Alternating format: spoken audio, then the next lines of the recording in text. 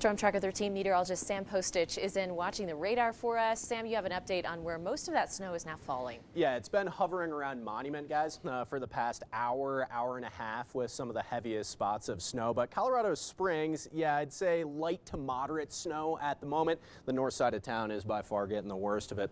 So here's your Steve's Paint Supply camera looking at downtown. You can barely see the skyline off in the distance, low-lying clouds and light snow. And down in Pueblo, you are not really getting anything quite yet. It's a totally different setup for Highway 50 residents. It is still possible to get some accumulation overnight tonight, but most of that snow won't fill in for you folks until even after 10 p.m. So what you're getting right now is just a couple light flurries down in Pueblo, with more of the heavy snow in Colorado Springs and southern Douglas County.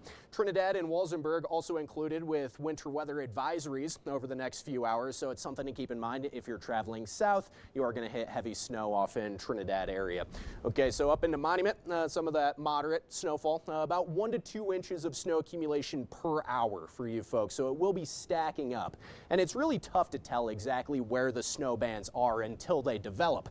So places like Monument, that'll be getting the heavier side of things, as well as western portions of El Paso County are the most likely spots. The heaviest snow this afternoon was just off to the west of Falcon, and then that snow has progressively pushed towards western El Paso County. Places like Falcon, Highway 94, you're not really going to get a whole lot of accumulation left in your forecast tonight. Most of the heavier snow is done for you guys.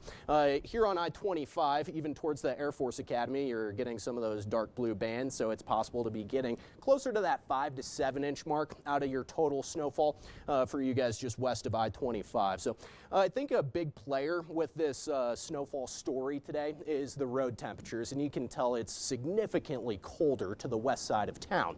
If you get across Highway 24, you're actually barely below freezing, so I would anticipate mostly wet roads once you get into Falcon and even into Peyton, as once you get into that shade of green, temperatures go above freezing. But here on I-25, I'd anticipate the snowfall to actually start sticking to the roads. We're pretty much at freezing. Same for kind of the downtown area, and Cascade could be getting some of the worst of it as you're seeing temperatures well below freezing. So if you're traveling Highway 24 off to the west, you'll be encountering snow-covered roads, that's for sure. Same really even off into Woodland Park. So if you're traveling west into the mountains, that's where most of the heavier snowfall will be. And over the next couple hours, from now until about 8 p.m. tonight, is the main event for us. And we'll be able to see that in the future cast for Colorado Springs. So again, the darker shades of blue right on top of the city, across Highway 94, off into Peyton. You're not getting a whole lot, even by your 6 p.m. hour, which is just about a half an hour away.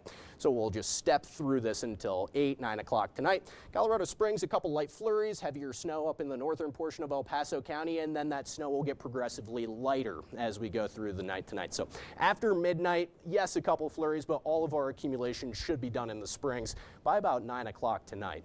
So this is the worst of it. And we'll just check out our accumulation total, shall we? We'll finish this event at about 3 to 6 inches in Colorado Springs, Briargate 3 to 6 as well. I included Falcon on the 3 to 6 inch mark because of the snow band from earlier this afternoon. 1 to 3 off into Peyton, with your snowfall totals 4 to 7 in Cascade, and 7 inches is actually going to be one of our higher marks. The northwestern side of El Paso County across the Rampart Range is favored. 1 to 3 in Pueblo West, 1 to 3 in Pueblo, 2 to 4 Beulah Valley. This is not one of those heavy events across the wet mountains.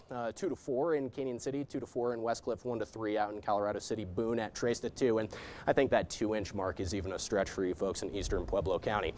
4 inches in Trinidad, that's on the lower side of things. I'd go closer to 5 to 8 inches. This is just a computer model simulation. So about 5 to 8 inches potentially off into Trinidad, as the southern stretch of the Sangres is actually under winter storm warnings, but that's just above 11,000 feet. Once you get across I-25, there are winter weather advisories, and it seems like winter weather advisories were also added to Elbert County and Douglas County. I'm assuming they go until 5 a.m. tomorrow morning, along with the rest of our advisories in Colorado Springs and Teller County, but I got to double check the details because those are brand new advisories.